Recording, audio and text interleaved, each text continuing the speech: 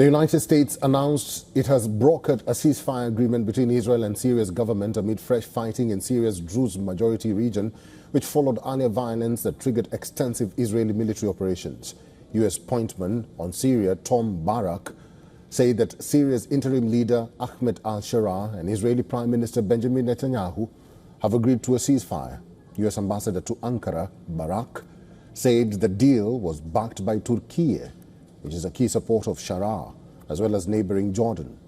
According to the Syrian Observatory for Human Rights, at least 718 people have died since Sunday in violence between the Druze and the Bedouins, drawing questions over the authority of al-Sharaa. On Friday, renewed fighting erupted between Bedouin tribal factions and the Druze at the entrance of Suwaida. About 200 tribal fighters clashed with armed Druze men from the city using machine guns and shells, while the Syrian Observatory also reported fighting and shelling on neighborhoods in Suwaida.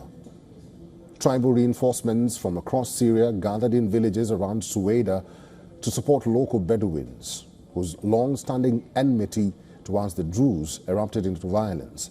Sharaa's office pledged to deploy fresh forces to the region to break up further clashes in the south, urging all parties to exercise restraint and prioritize reason. Israel, which has its own sizable Druze community, say that it's sending support valued at nearly $600,000, including food and medical supplies, to Druze in Suwaida. Israel has vowed to defend the Druze community. On Wednesday, it intervened with major strikes in the heart of the capital, Damascus, including hitting the army's headquarters. The Britain-based observatory said the latest violence erupted on Sunday after the kidnapping of a Druze vegetable merchant by local Bedouin, which ended up triggering tit-for-tat abductions.